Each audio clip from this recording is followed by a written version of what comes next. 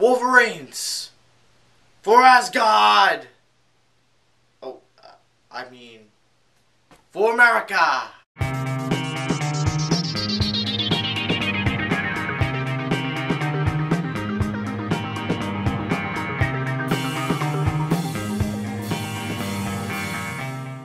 Welcome back, everybody. I'm Mothman Jones from Mothman Jones Reviews, and today is a super duper ridiculously early review for Red Dawn. Red Dawn is a remake of an original movie, also called Red Dawn, which was made in 1984, which starred Patrick Swayze and Charlie Sheen. Just so all you little kiddies know, this was a time before Charlie Sheen had tiger blood and he was winning.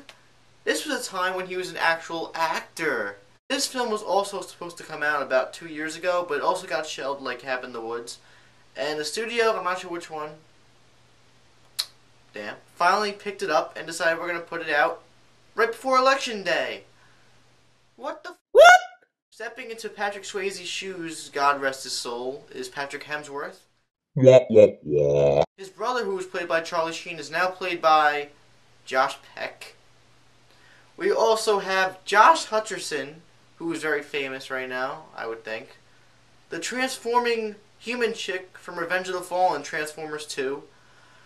The really smoking hot babe who is on the rise in Hollywood, Adrianne Palicki. Oh my god, she's hot.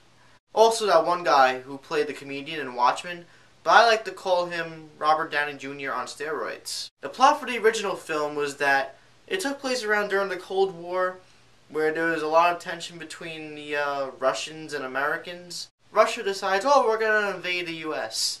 And one of the first scenes of the movie, you see all these parachutes coming down, and it's all Russians, and they come down, they start shooting us, and they take advantage of us. These two brothers put together a team of young teenagers and young people who call themselves the Wolverines to go against these Russians and take a hold for America.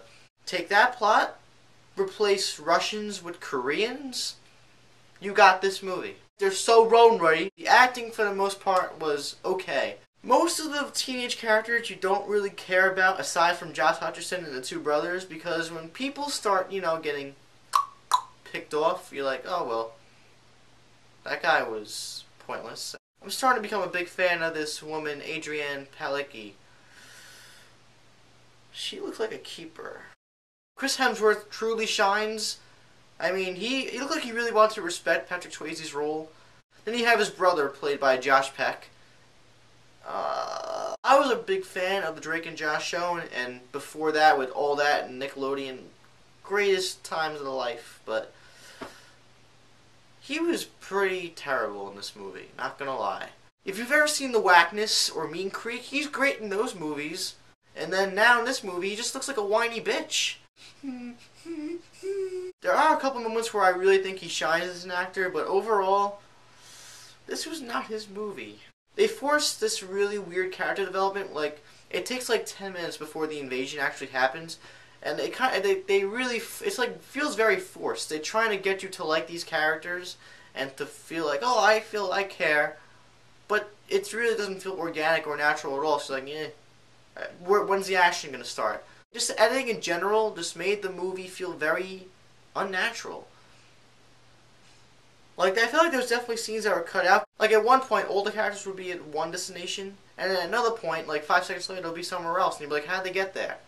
Like, there's no reasoning at all.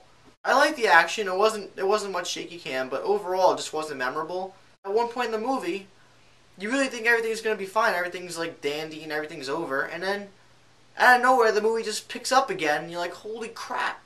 Because what happens in particular with a certain character, I mean, I was sitting there with my jaw dropped because I really didn't expect it at all.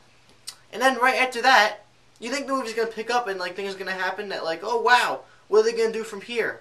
From that point on, you become very engaged in the story, or at least I was at least. I'm like, wow, where are they going to go from here? Where are they going to turn? What's the direction they're going to take?